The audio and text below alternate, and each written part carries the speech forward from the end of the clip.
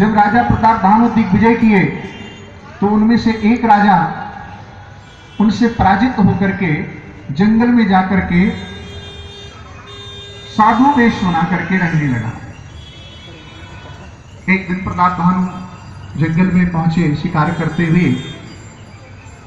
प्रताप भानु को उसने तो पहचान लिया, प्रताप भानु उसे नहीं पहचान पाए और उसकी बड़ी सुंदर मीठी बातों में आ गए। उसने कहा तुम अपने यहां रसोई तैयार करवाओ, तुम इतने बड़े चक्रवर्ती हो, एक उपाय और कर लो तो तुम्हें कभी कोई जीत नहीं पाएगा। क्या?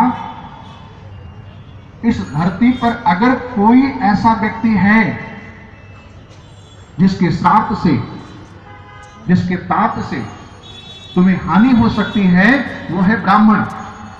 अगर ब्राह्मणों को खुश कर लो तो कभी तुम्हारा कोई अकल्याण नहीं कर सकता। इसके लिए तुम्हें बहुत सारे ब्राह्मणों को भोजन कराना होगा और वो रसोई में तैयार करूंगा। राजा के साथ वो छल कर रहा था प्रताप भानु की। प्रताप भानु समझ नहीं पा रहे थे। माया बस वो प्रताप भानु के यहां करके रसोई तैयार कराता है। ब्राह्मण भोजन के लिए बैठ जाते हैं और उस समय जिस समय रसोई परोसी जा रही होती है उसी समय आकाशवाणी होती है कि ब्राह्मणों, इस भोजन को मत करना, इस भोजन में मांस मिला हुआ है। ब्राह्मण बड़े क्रोधित हो जाते हैं और खड़े होकर के प्रताप भानु को श्राप दे देते हैं। जिस प्रकार से तुमने मेरा धर्म भ्रष्ट किया है, उसी प्रकार तुम अपने कुल के समेत दैत्य कुल में जाकर के जन्म लो। इधर श्राप तो मिल गया, लेकिन पुनः आकाशवाणी होती है, रे ब्राह्मणों, आपने बिना विचारे श्राप दे दिया, इसमें राजा का तो कोई कसूर नहीं था, ये तो इसके साथ छल हुआ। अब ब्राह्मण पश्चाताप करने लगे, लेकिन व्यथा न हो ही विप्र रसमाणी, ब्राह्मण का वचन, ये श्राप तो श्राप, अब ये अवैध हो गया।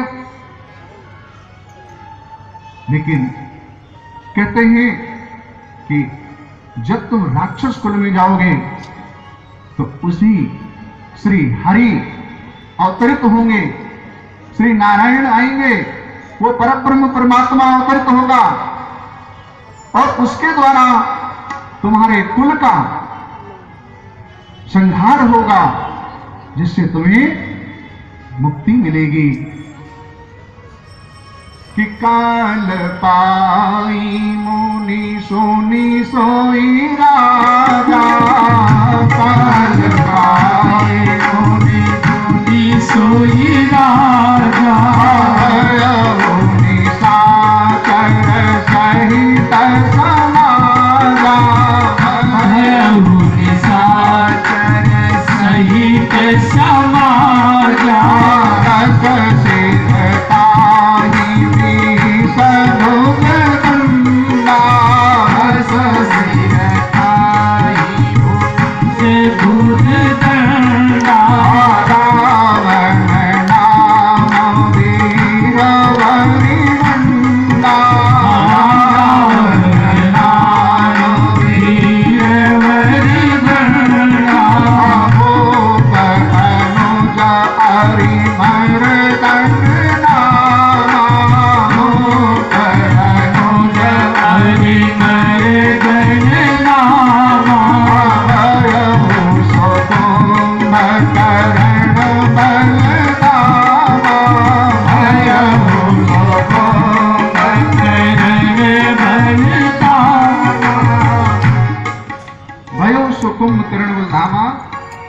वो अपने समस्त कुल के साथ